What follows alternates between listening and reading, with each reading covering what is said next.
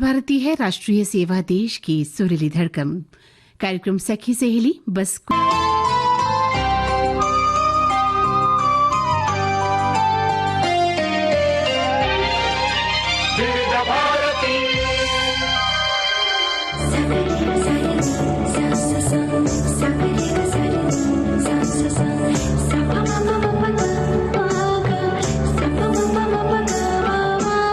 सखी सहेली।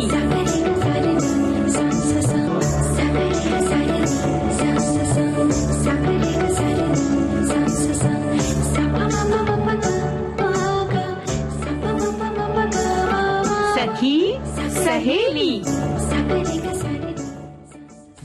कार्यक्रम सखी सहेली लेकर हम हाजिर हैं। मैं हूं आपके साथ मंदाकिनी जोशी और मेरे साथ हैं दीपा माहेश्वरी। सभी को हमारा सभी को नमस्कार। आज तो कहना चाहिए डांसिंग नमस्कार। तभी तो देखिए मैं बोलने में थोड़ा सा वो हो गई, क्योंकि मन मयूर इतना नाच रहा है। बिल्कुल। और मैं तुम्हें लगातार थिरकते हुए देख रही हूँ। दीपा, क्या बात है? गाने जो बज रहे हैं सुबह से, ऐसे बीच बीच में ऐसे गाने आ रहे हैं जिसमें रोका ही नहीं जा रहा है पैर। मंदाकिनी जी, क्या किया जाए? भाई क्यों, पैर तो आज देखिए नृत्य करेंगे ही, क्योंकि आज विश्व नृत्य दिवस जो है जी। और जो नृत्य के शौकीन है वो तो नृत्य करते ही हैं, लेकिन जो शौकीन नहीं है ना, वो भी इन गीतों को सुनकर, इन भावों को सुनकर नृत्य कर देते हैं। देखिए, एक बात है मंदाकिनी जी की लय तो सबके अंदर होती है। हाँ, कोई उसको अपने भाव भंगिमा उसे बता पाता है, कोई नहीं बता पाता, लेकिन पैर थिरकते तो सबके हैं, है ना? यानी लय और ताल का मिश्रण होता जरूर है।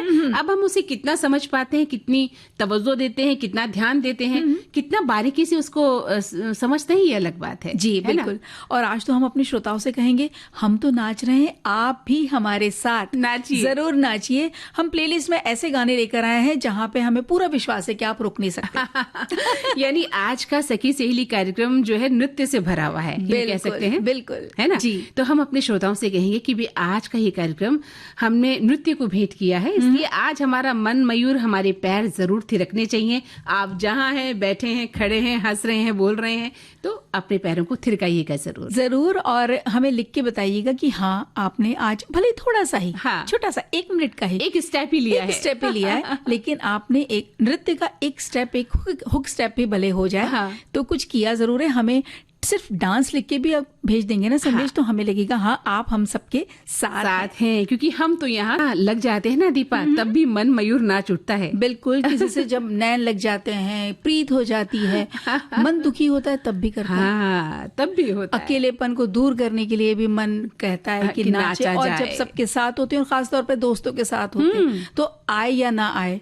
सब नाचते हैं। बिल्कुल सही कहा। हम तो कहते हैं हमारे सब श्रोता बताएं कि नाचते हैं या नहीं नाचते, आप इस बात से इकरार रखते हैं या नहीं रखते हैं? हाँ, बताएंगे बिल्कुल। हमारे श्रोता ये बताने वाले हैं थोड़ी ही देर में कि वो उन्होंने इस गीत के साथ नृत्य किया, यानी कि स्टेप, हुक स्टेप जिसे हमने कहा, वो उठाया कि नहीं, या उनका मन मयूर नाचा कि नहीं। तो जो विश्व नृत्य दिवस आज हम मना रहे हैं ना दीपा, ये कला और अभिव्यक्ति का एक उत्सव है, और ये एक ऐसी भाषा है नृत्य जिसे समझने के लिए शब्दों की नहीं बल्कि भावनाओं और लय की आवश्यकता होती है। बिल्कुल सही कहा आपने। और अगर इसके इतिहास देखें, और खास तौर पे हिंदी सिनेमा के उन यादगार नृत्यों को अगर आप देखें, तो इसका मंचन बहुत सुंदर किया गया है हमारे फिल्मों में। और ये जो दिन है, आज का दिन, ये प्रतिवर्ष मनाया जाता है विश्व नृत्य दिवस के रूप में, जिसकी स्थापना 1982 में हुई थी यूनेस्को के द्वारा।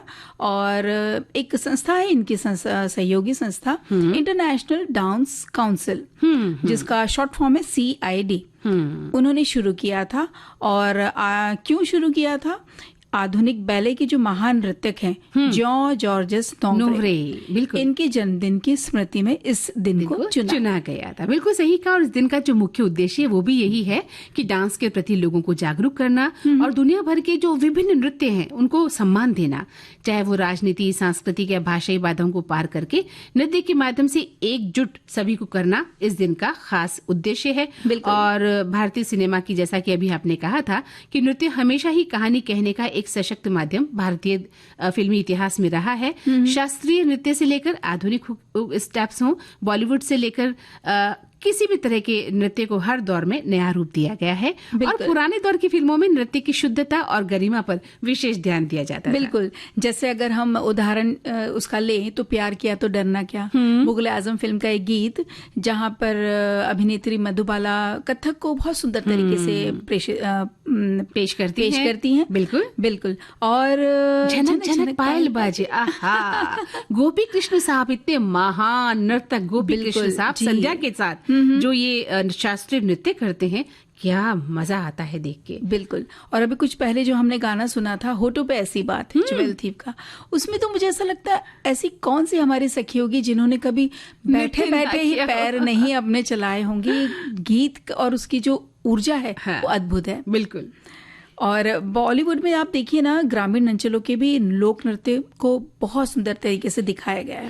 हमारे एक श्रोता ने लिखा है कि अलग अलग राज्य में अलग अलग मुख्य लोक नृत्य होते हैं। जैसे बिहू है असम का, ये वहाँ की संस्कृति को दिखाता है, जो कि फसल कटाई से लेकर नए साल के स्वागत में किया जाता है। बिल्कुल। फिर गरबा और डांडिया तो गुजरात चलते हैं, तो ये वहाँ की सुंदरता को दर्शाता है और माँ दुर्गा की आराधना के लिए किया जाता है। फिर चले पंजाब तो वहाँ होता है भांगड़ा और गिद्धा, है ना। पुरुषों के द्वारा वहाँ पे भांगड़ा किया जाता है, महिला गिद्धा करती हैं, तो वहाँ पे ढोल की थाप पर ये अपनी अलग ही ऊर्जा पैदा करते हैं। राजस्थान चले तो वहाँ क्या मिलता है हमें, घूमर और कालबेलिया। अरे रे रे रे रे रे रे रे ऐसे खाती है वो कालबेलिया जो गायिका है, उनकी शुरुआत ऐसे होती है ना। बहुत सुंदर। और महाराष्ट्र जहाँ हम बैठे हैं स्टूडियो में, तो यहाँ लावनी बहुत प्रसिद्ध है यहाँ की। और लावनी अब सिर्फ महाराष्ट्र तक नहीं है, अलग अलग प्रदेश से, अलग अलग दूर दूर से, देश के बाहर से भी आते हैं लोग और इस विधा को अपनाते हैं, सीखते हैं। बिल्कुल सही। जम्मू कश्मीर में जाए तो वहाँ पे रऊफ होता है, वो बहुत, ये नृत्य अपनी सादगी के लिए बहुत सुंदर और बहुत प्रसिद्ध इसीलिए ही है। बिल्कुल बिल्कुल। फिर कर्नाटका में यक्षगान एक नृत्य नाटिका है जिसमें पौराणिक कथाओं का चित्रण किया जाता है। तो अलग अलग वेशभूषा, सुंदर सुंदर वेशभूषाओं से सजता है। बिल्कुल। नृत्य तो सीमाओं से परे है, कहते हैं ना कि इसके लिए कोई सीमा नहीं है। हर प्रांत का जो लोक नृत्य है वो इतना अद्भुत, इतना सुंदर है कि पूछिए मत। एक श्रोता लिखते हैं कि नृत्य किसी के लिए साधना है जो शरीर, मन और ईश्वर के बीच सेतु बांधता है, तो किसी के लिए नृत्य मनोरंजन का वो पावन स्वरूप है जो निर्मल आनंद की अनुभूति कराता है। जिस तरह नृत्य की शैलियों में विविधता है, उसी तरह नृत्य के मायने भी सबके लिए अलग अलग हैं। जी। अब एक हमारे श्रोता ने लिखा है कि क्यों ये दिन को चुना गया, तो ये कहते हैं कि जॉर्जेस नॉवरे ने नृत्य कला में कई सुधार किए थे और लेटर्स ऑन द डांस, ये इस नाम की उन्होंने किताब लिखी जिसमें नृत्य के क्षेत्र में जिसे बहुत महत्वपूर्ण माना जाता है। और ये किसी विशिष्ट नृत्य शैली के लिए नहीं, बल्कि जो डांस फॉर्म है जो पूरे दुनिया भर में है उसको समर्पित है ये किताब, और सभी संस्कृतियों और राजनीतिक सीमाओं से परे है। और इसीलिए इस दिन को माना जाता है। और साथ में आज के दिन बहुत सारे सांस्कृतिक कार्यक्रम होते हैं, नृत्य प्रदर्शनियां होती हैं, वर्कशॉप्स चलाए जाते हैं और धूमधाम से मना रहे हैं। तो हमारे श्रोता भी मना रहे हैं या नहीं, ये तो उन्हें बताना है। थोड़ा सा हमें सब्र रखना होगा। दीपा, एक श्रोता लिखते हैं कि भारत के लोक नृत्य जो फोक डांसेस हैं, यहाँ की सांस्कृतिक विविधता, ग्रामीण जीवन की जीवंतता और ऐतिहासिक परंपराओं का प्रतिबिंब है। शास्त्रीय नृत्यों के विपरीत लोक नृत्य किसी जटिल नियम या व्याकरण से बंधे नहीं होते, बल्कि ये आम जनता की भावनाओं, उल्लास और सामाजिक रीति रिवाजों की सहज अभिव्यक्ति होते हैं, है ना। और भी हमारे श्रोताओं ने बहुत अच्छी अच्छी बातें नृत्य के लिए लिखी हैं कि नृत्य असल में क्या होता है। तो चलिए क्यों ना एक प्यारा सा गीत और सुन लिया जाए। चलिए। तुम भी मेरी बतिया नहीं मान रही हो, देखो इतना थिरक रही हो कि आज कार्यक्रमों के बारे में बताना ही भूल गई हो कि आज कौन कौन से कार्यक्रम होंगे। भाई आज डांस की खुशी में भूल ही गए कि अपने सारे कार्यक्रमों की जानकारी तो हम अपने श्रोताओं को दे दें। तो दे दो ना। तो भाई नृत्य दिवस पे तो हमने बात कर ली है, और आज हम जो एक और बात जिसके बारे में जानकारी लेना और बात करना बहुत जरूरी है, वो है लू से बचाव। बिल्कुल, बहुत समसामयिक घटना है, बातचीत है, इस पर बातचीत करना बेहद जरूरी है। जी। और फिर वहां से हम चलेंगे साड़ियों के संसार में। अच्छा, कौन सी साड़ी मुझे आज देने वाली हो? कांजीवरम साड़ी। अरे क्या बात है, मेरी बहुत ही पसंदीदा साड़ी है कांजीवरम। बिल्कुल, तो वो आपको तोहफे में दी जाएगी। क्या बात है। और फिर अब हम विचार जानेंगे अपने श्रोताओं के। शब्द हमारे होंगे, वो शब्द है अहंकार। ओहो, अहंकार। अहंकार पर हमारे श्रोता ये बताएं कि क्या वो अहंकारी हैं या उन्हें कोई ऐसे लोग मिले जो अहंकारी थे, जिनका अहंकार कभी खत्म ही नहीं हुआ। जी, है ना? उन्होंने अहंकार पे तो बहुत सारे विचार बताए, पर कुछ ऐसी घटना जरूर बताएं कि जो जहां उन्हें लगा कि सामने वाला अहंकारी हो गया, या उन्हें अपने अंदर लगा कि मैं शायद अहंकारवश कुछ ऐसी बात बोल गई या बोल गया। तो ऐसी कोई घटना अगर आपके साथ हो तो जरूर बताइएगा। अहंकार के बारे में आप बताएंगे तो वो तो सभी जानते हैं कि अहंकार क्या है, अहंकार से क्या होता है, अहंकार के क्या फायदे हैं और क्या नुकसान है। वो नहीं, आप ये बताइए, आपके भीतर कभी अहंकार पैदा हुआ या आपके घर के परिवार के सदस्यों ने कभी अहंकार से कभी कुछ कहा, आपके दोस्तों में ऐसी कोई बात आई? ये जो समाज में बातें होती हैं, हमारे साथ घटित होती हैं, अहंकार के रूप में कई बार हम दुखी हो जाते हैं कि सामने वाला बहुत अहंकारी है। इन विषयों पर अपनी बात, अपनी टिप्पणी आप हमें लिखें। बिल्कुल। और फिर वहां से हम निकल के चलेंगे खाने की किसी व्यंजन की दुनिया में। तो आज गर्मी के व्यंजन, गर्मी तो है, लेकिन गर्मी में जो बनते हैं ठंडे ठंडे व्यंजन। तो आज हम बात करेंगे श्रीखंड और आम्रखंड की। क्या बात है, श्रीखंड और आम्रखंड जब हमें खाने को मिलेगा ना कार्यक्रम के अंत में, तो मजा आ जाएगा दीपा। बिल्कुल। तो बहुत सारी कैसे बनाते हैं ये भी जरूरी है। हाँ, ये भी बताएंगे, श्रोता बताएंगे कैसे बनाते हैं। अच्छा। और साथ में अब सबसे पहले ये कि जो बहुत जरूरी बात है, लू से बचाव के लिए क्या क्या हमारे श्रोता कर रहे हैं। बहुत सारे लोगों ने लिखा भी है, जैसे ये मैसेज आया है, संदेश है कि लू के मौसम में धूप में बाहर निकलने से बचना चाहिए। अगर निकलना भी पड़े तो छाता, टोपी, सफेद हल्के रंग के सूती कपड़े पहनकर निकले, आंखों पर चश्मा जरूर लें, सर ढककर निकले, गमछा सबसे अच्छा होता है, और खूब पानी पीते रहना चाहिए। ORS का भी ले सकते हैं आप, इस्तेमाल कर सकते हैं। नींबू पानी, छाछ, नारियल पानी, बेल का शरबत, ये सब बेस्ट होता है, तो इसे आप ले सकते हैं। हल्का खाना खाना चाहिए, दही, खीरा, ककड़ी, तरबूज, खरबूजा, ये सब लेना चाहिए, और कच्चे आम का पना पीना चाहिए। बिल्कुल बिल्कुल सही लिखा है आपने। और देखो ऐसा है ना दीपा कि भारत में, हमारे देश में इस समय भीषण गर्मी का जो है प्रकोप जारी है, और कई राज्यों में तो तापमान 45 डिग्री सेल्सियस भी पहुंच गया है। इतनी भयंकर गर्मी है। तो दिन के साथ क्या हो रहा है कि रातें भी गर्म हो रही हैं, सोने में भी बड़ा दिक्कत हो रही है, क्योंकि आप चाहे कूलर चला लें, कुछ भी चला लें, हवा आती ही नहीं है। तो हीट स्ट्रोक, डिहाइड्रेशन और दस्त जैसी जो है समस्याएं हो सकती हैं। इसलिए हमें ये कहा गया है कि दोपहर 12 से 4 बजे के बीच घर से बाहर न निकलें, जहां तक हो। बहुत जरूरी हो तभी निकलें, और अगर निकलना पड़े तो पर्याप्त साधनों के साथ निकलें, पानी पीकर निकलें, सूती कपड़े पहने, और टोपी, चश्मा, जो भी आपके पास साधन है, छतरी, उन सबको लेकर आप निकलें। बिल्कुल।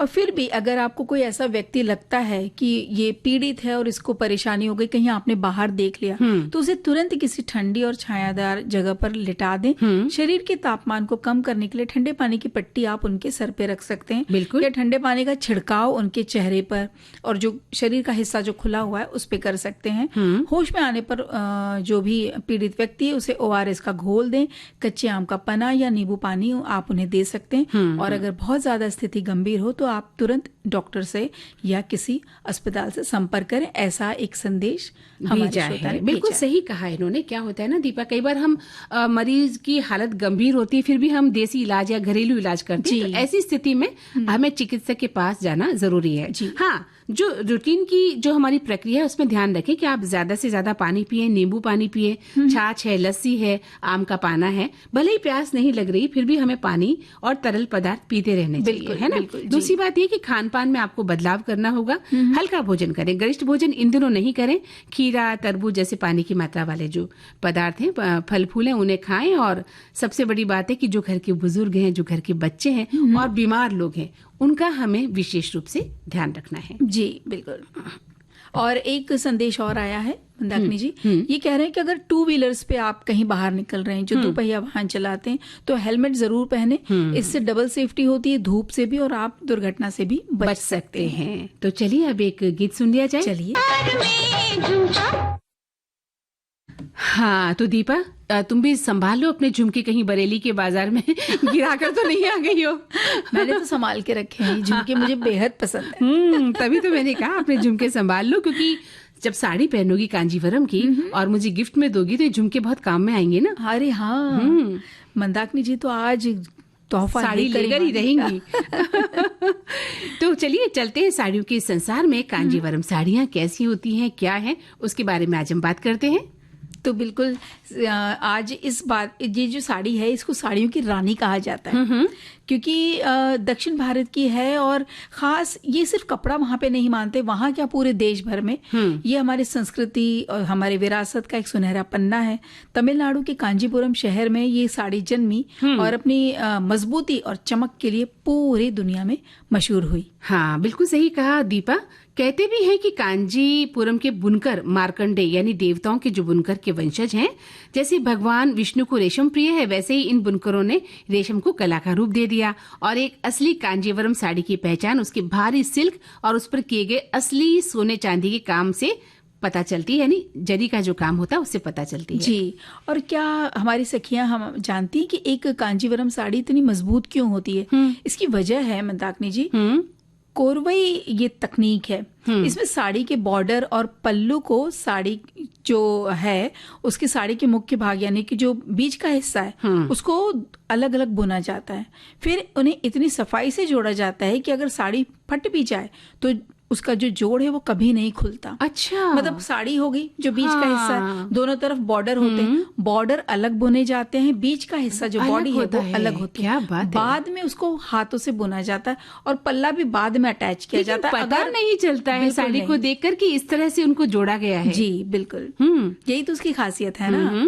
और कांजीवरम साड़ियों में डिजाइन जो है अक्सर आप देखेंगे तो वहाँ के मंदिरों की वास्तुकला से बहुत प्रेरित होते हैं। दक्षिण भारतीय जो मंदिर है, तो इसमें आप बहुत सारी सुंदर सुंदर आकृतियां देख सकते हैं, जैसे चमेली की कली का सुंदर चित्रण। अच्छा। फिर मंदिरों के विशाल जो दरवाजे होते हैं उसके डिजाइन आप देख सकते हैं, या जंगल के दृश्य जिसमें हाथी, मोर, शेर ये सब भी बने होते हैं। कभी कभी इसमें पारंपरिक और पवित्र भी डिजाइन होते हैं, जैसे रुद्राक्ष है या मंदिर का कोई बनावट की जो है बॉर्डर में वो चीजें शामिल की जाती हैं। हाँ, ये बात तो सही है दीपा। और इन साड़ियों की चमक भी इतनी गहरी होती है कि सूरज की रोशनी पड़ते ही ये खिल उठती हैं। और अक्सर इनमें जो है कंट्रास्ट जो रंगे हैं, कंट्रास्ट रंगों का प्रयोग होता है। जैसे गहरी हरी साड़ी के साथ लाल बॉर्डर होगा, सुनहरे पल्लू के साथ बैंगनी रंग होगा। जी बिल्कुल। और एक बात और ध्यान रखने की है कि आजकल मार्केट में आर्ट सिल्क के नाम पर बहुत कुछ मिल रहा है, लेकिन असली कांजीवरम की पहचान के लिए ये बात बहुत जरूरी है। कैसे जाने हम?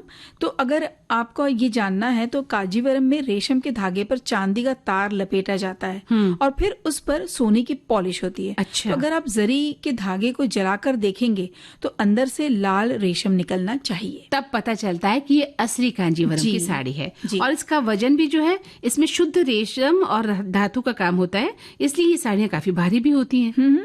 और हमेशा सिल्क मार्क का लोगो लेकर देख कर के ही ये साड़ी ली जानी चाहिए, क्योंकि भाई बाजार में तो हमें मिलेगा, हमें नहीं पता, और हम वहां पे हर बार इसको ऐसा तो नहीं कि जला के धागा देखेंगे, वो सब हम नहीं कर पाएंगे। हाँ। तो बहुत जरूरी, इस तरह की अगर आपको छोटी छोटी बातें पता होंगी तो आप समझ जाएंगे कि ये शुद्ध सिल्क है या जो आर्ट सिल्क के नाम पर बहुत बेचा जाता है। तो एक तो सबसे बड़ी बात यह है दीपा कि हमें जो विश्वसनीय दुकान है उसी पर जाकर खरीदारी करनी चाहिए। जी बिल्कुल। और संदेश तो अभी हम नहीं ले सकते क्योंकि अंतराल का समय हो गया है। चलिए पहले लेते हैं। अंतराल के बाद सभी सुनने वालों का फिर से स्वागत है। और हमारी सखियों से हम जानना चाहते हैं कि आपने कोई किसी तरह की कोई शैली का डांस सीखा है, कभी किया है, या कभी कोई वर्कशॉप 1 या 2 दिन के भी आजकल होने लगे हैं, क्या उन्होंने वो कभी उसमें शामिल हुई हैं? तो जरूर बताइएगा।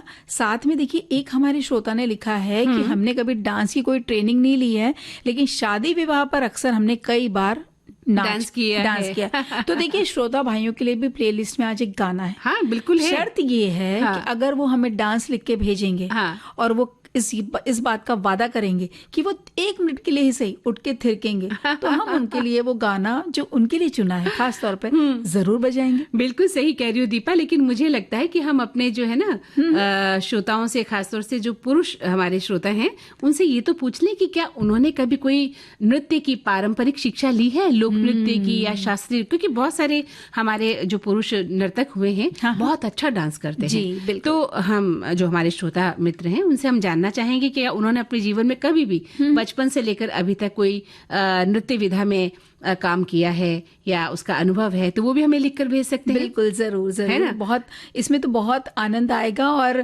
हमारे लिए भी एक जानने के लिए उत्सुकता बढ़ रही है। हाँ, है ना, कि क्या अब संदेश आने वाला है, क्या आने वाला है। और देखो, एक श्रोता लिखते हैं कि मुझे डांस बहुत ज्यादा नहीं आता, लेकिन आज सुबह योगा क्लास में मैंने थोड़ा सा डांस जरूर किया था। मुझे ये भी पता नहीं था कि आज इंटरनेशनल डांस डे है। डांस करने से हैप्पी हार्मोन्स रिलीज होते हैं, वो हमें खुश और पॉजिटिव महसूस कराते हैं। जब हम खुश होते हैं तो हमारी खुशी आसपास के लोगों तक पहुंचती है। तो चलो इस खास दिन पर हम सब मिलकर दिल खोल कर डांस करें। तो उन्होंने डांस की इमोजी भी भेजी है, यानी हमारे पुरुष साथी जिन्होंने ये माना है कि डांस करना भी जिंदगी में कितना जरूरी है, नृत्य करना, चाहे वो किसी भी तरह से हल्का सा थिरकना ही क्यों न हो जाए, है ना? बिल्कुल। और अब हम चलें वो शब्द के ऊपर जिस पे हम विचार चाहना चाहते हैं अपने श्रोताओं का। बहुत सारे इसमें आए भी हैं।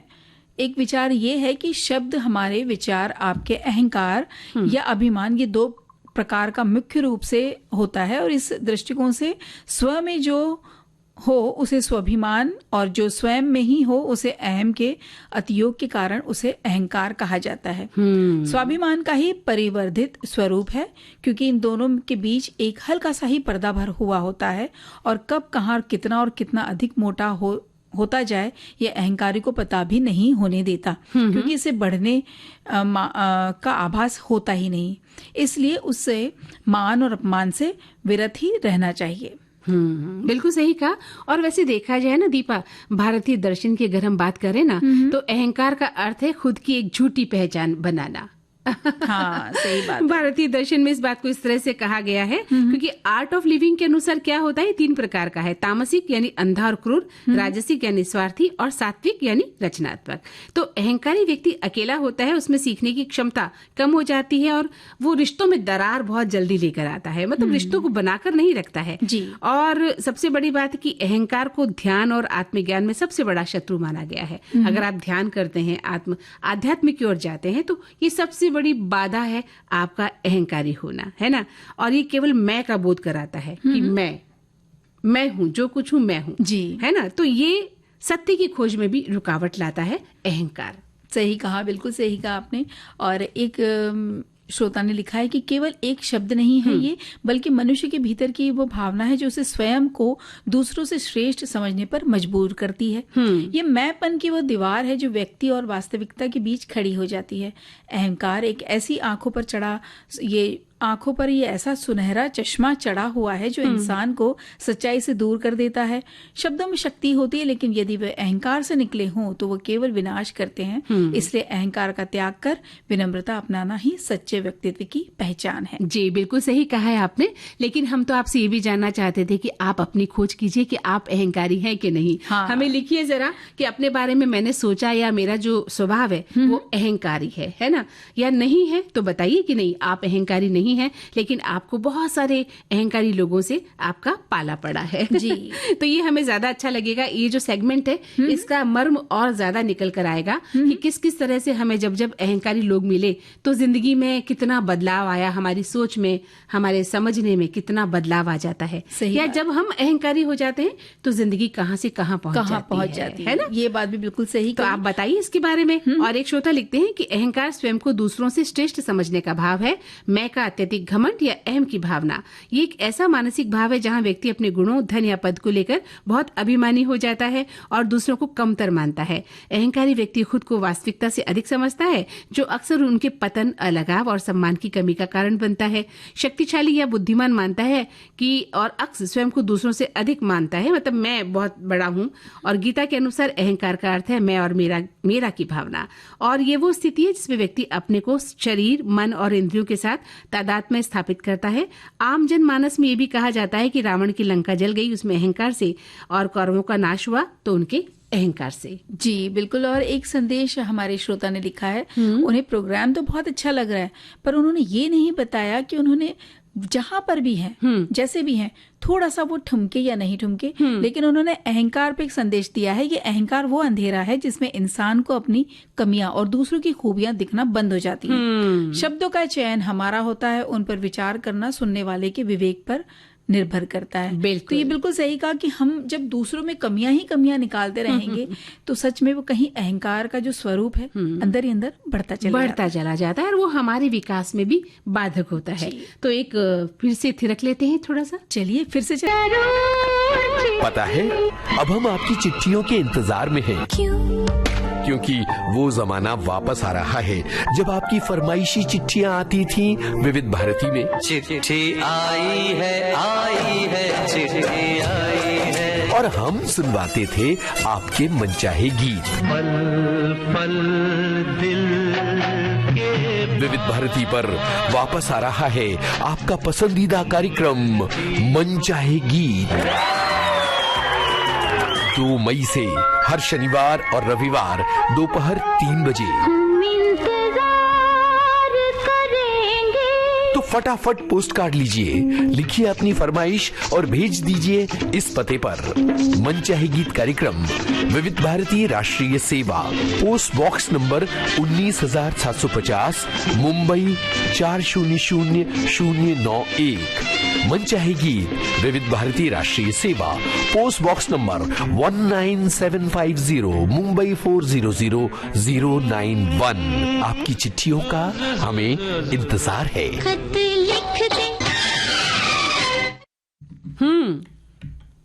मंदाकिनी जी, एक संदेश आया है कि कहीं कहीं पे हमें देखने मिलता है कि अहंकार उस व्यक्ति में, कोई व्यक्ति में, उन्होंने नाम नहीं लिखा है, मतलब बता भी नहीं सकते, कि उसमें कूट कूट कर भरा होता है। अक्सर हम जहाँ जॉब करते हैं, चाहे वो गवर्नमेंट जॉब हो या प्राइवेट, वहाँ हम कई अपने सीनियर्स या कई उच्च अधिकारियों में ये हमें देखने को मिलता है। चाहे वो 100% गलत हो, पर उनके अहंकार के कारण सही साबित करने की कोशिश करते हैं। इनका ये अनुभव है कि ऐसे कई सीनियर से मेरा सामना हुआ है और ऐसे कई सीनियर्स आए और गए, लेकिन मैंने अपने कार्य शालीनता से हमेशा किया है। बहुत अच्छी बात है अगर आपने ऐसा किया है। वहीं एक श्रोता लिखती है कि मैं तो कतई अहंकारी नहीं हूँ, मैं तो सबके सामने हर तरह से कम ही समझती हूँ। ये भी नहीं होना चाहिए कि आप अपने आप को किसी से कम समझें, नहीं समझना है, तुलना करनी ही क्यों है। हाँ, बिल्कुल सही कहा आपने। और नृत्य की जो बातें हो रही है ना, तो हमारी एक श्रोता ने लिखा है कि सुधा चंद्रन की जो फिल्म को हम कैसे भूल सकते हैं, नाचे मयूरी, वो तो उनके ऊपर ही वो फिल्म थी, बनाई गई सुधा चंद्रन के ऊपर, और बहुत सुंदर फिल्म। और गाना हमने दिन में सुनाया है, लेकिन आज तो हमने उस गीत को नहीं लिया, लेकिन सुबह से गाने ऐसे ही बज रहे हैं, ऐसे ही बज रहे हैं। दीपा मेरी एक फ्रेंड है, उन्होंने भी देखी लिखा है कि देखिए ना, हम भी नृत्य करते हैं मंदाकिनी जी, दीपा जी, और आपके सुनाए गीत पर मैं नृत्य कर रही हूँ। उन्होंने एक वीडियो भेजा है जिसको अभी हम बाद में देखने वाले हैं। वो बता रही है कि देखिए, हाँ, आपने जो गीत बजाया उस पर मैंने नृत्य किया, वो करती भी बहुत सुंदर है नृत्य। हमें आप पर पूरा विश्वास है कि आपने नृत्य किया होगा। अच्छा, एक संदेश और आया है कि नाची मन मोरा मगन होके, ये तो गाना जो है, नाची मन मोरा मगन दिगदा दिगी दिगी, तो इस पर उन्होंने पैर अपने थिरकाने की कोशिश की है। क्या बात है, बहुत बढ़िया बात। बहुत लिखते हैं कि हमारे पैर अपने आप थिरकने भी लगते हैं जब हमको नृत्य भले ही ना आता हो, ऐसे मनभावन गीत सुनते हैं तो पैर अपने आप ही थिरक जाते हैं। बिल्कुल। वहीं एक श्रोता ने बहुत प्यारी सी बात लिखी है कि मंदाकिनी जी, मैंने और मेरी भतीजी ने पंडित बिरजू महाराज जी की बेटी ममता महाराज जी के कथक नृत्य के वर्कशॉप में पुणे में भाग लिया था। क्या बात है, बहुत अच्छी बात है, आपने भाग लिया था। और एक लिखते हैं कि नाचना हमारे जैविक गुणों में से एक है, पक्षियों को भी नाचते हुए देख सकते हैं, यहाँ तक कि मछलियां नाचती हैं, हाथियों के समूह को झूमते हुए देखा गया है। प्रसिद्ध नृत्य सम्राट बिरजू महाराज का तो कहना था कि समूची सृष्टि ही एक लय में नृत्य रहते। क्या बात है। बहुत सुंदर। और ये कितनी सुंदर कला है ना। देखिए ना, इसकी बातों में और इसके भाव में बहते हुए हम ये भी भूल गए कि मन में कहीं अहंकार होता है। हाँ, है ना? सबसे बड़ी बात, जिसने अपने आप को नृत्य में, कलाओं में, गायन में, संगीत में डुबो दिया, वो अहंकार से तो परे हो ही जाता है। तो क्यों ना एक गीत सुन ले इस बात पर। आज तो गजब हो गया है दीपा जी, बात पर हमारे पैर थिरक रहे। आज तो हमें लगता है हमने अपनी सखियों को, श्रोताओं को आज बिल्कुल आराम करने नहीं दिया। झूमने पर मजबूर कर दिया आपके गीतों ने आज, है ना। हमारे एक श्रोता भाई ने एक मैसेज भेजा है कि बचपन से ही मैं स्टेज पर आ गया था, स्कूल के समय से ही मैंने खूब नृत्य किए। ये बात अलग है कि मैंने कभी कोई विधिवत प्रशिक्षण नहीं लिया, फिर भी मैंने फिल्मों के और लोक नृत्य खूब किए। अभी भी स्टेज का दौर जारी है, जो कि अभिनय के जरिए नाटकों में करता रहता हूँ। क्या बात है, बहुत अच्छी बात है और करना भी चाहिए, चाहे पुरुष हो चाहे स्त्री हो। नाटक, ये जो नाटक है या नृत्य है, ये विधा सभी के लिए है। और बड़े बड़े कलाकार देखिए ना, कितने पुरुष कलाकार हैं जो नृत्य करते हैं। जब बिरजू महाराज की बात आती है, जी, गोपी कृष्ण साहब की बात आती है, कितने ही ऐसे कलाकार हैं। और हिंदी सिनेमा में तो ऐसा है कि आज के दौर में डांस करना एक महत्वपूर्ण है, बहुत जरूरी है, अभिनय के लिए बहुत जरूरी है। अभिनय की ही एक कला है जिसमें आपका नृत्य पारंगत होना भी बेहद जरूरी हो गया है। तो अब क्या खिलाने वाली हो? नृत्य तो आपने करवा लिया हमसे आज। अब बहुत नृत्य करा लिया ना, थक गए होंगे सब, तो थोड़ा आराम से बैठिए और श्रीखंड का आनंद लीजिए। क्या बात है। तो श्रीखंड कैसे बनता है? देखिए, ये महाराष्ट्र गुजरात की खास तौर पे ये मिठाई है जो यहाँ पर बनती है। और इसमें दही को जो है इसका चक्का लिया जाता है, यानी कि दही को एक पतले कपड़े में बांध दिया जाता है और लटका दिया जाता है, ताकि उसका जो मट्ठा पानी है वो सब नीचे उतर जाए, और जो बचेगा ऊपर कपड़े में उसे हंकड़, मतलब कि बचा हुआ जो गाढ़ा दही है जिसे कि चक्का कहते हैं, वो जब रह जाता है तो उसका इस्तेमाल करते हैं। चीनी लेते हैं, केसर इलायची से बनता है। और अगर आपको ये बनाना है 4-5 लोगों के लिए, तो आपको क्या करना है, तैयार चक्का लेना है, जिस तरह से जो विधि बताई है ना, इस तरह से हंकड़ ले लीजिए। ये 1-1.5 किलो ताज़ा दही का बना होना चाहिए, खट्टा नहीं होना चाहिए। फिर उसको आप इसको ले करके एक बाउल में थोड़ा सा फेंट लें। फिर इसमें 1 कप, अगर आप आम का बनाना चाहते हैं तो आम का 1 कप आम का पल्प डालना पड़ेगा, आधा कप पिसी हुई चीनी, लेकिन हमें लगता है आधा कप नहीं, अगर 1.5 किलो लेते हैं तो कम से भी कम 750 ग्राम, 1 किलो के करीब चीनी लेनी होगी। अच्छा। और स्वाद के अनुसार आप इसमें थोड़ा सा इलायची पाउडर डाल दीजिए, केसर भी आप इसमें मिला सकते हैं। तो इस तरह से चक्का ये बन तो बहुत जल्दी जाता है। अगर आपके पास चक्का है दही का, तो बस आपको उसको फेंटना है। वैसे पारंपरिक तरीके से क्या होता है, एक तपेले में पतला कपड़ा बांध लिया, ठीक है, दही को आप उसमें अच्छे से फेंटते चले जाइए। साथ में आप खड़ी शक्कर या शक्कर का बूरा जो होता है वो ले लीजिए, उसके साथ चम्मच से इसको दबाते चले जाइए, तो कपड़े से वो बिल्कुल स्मूथ होके नीचे गिरता जाएगा। ठीक है। जब ये बन गया, इसमें आपने इलायची का पाउडर डाला और केसर डाल दी, इसको रख दीजिए।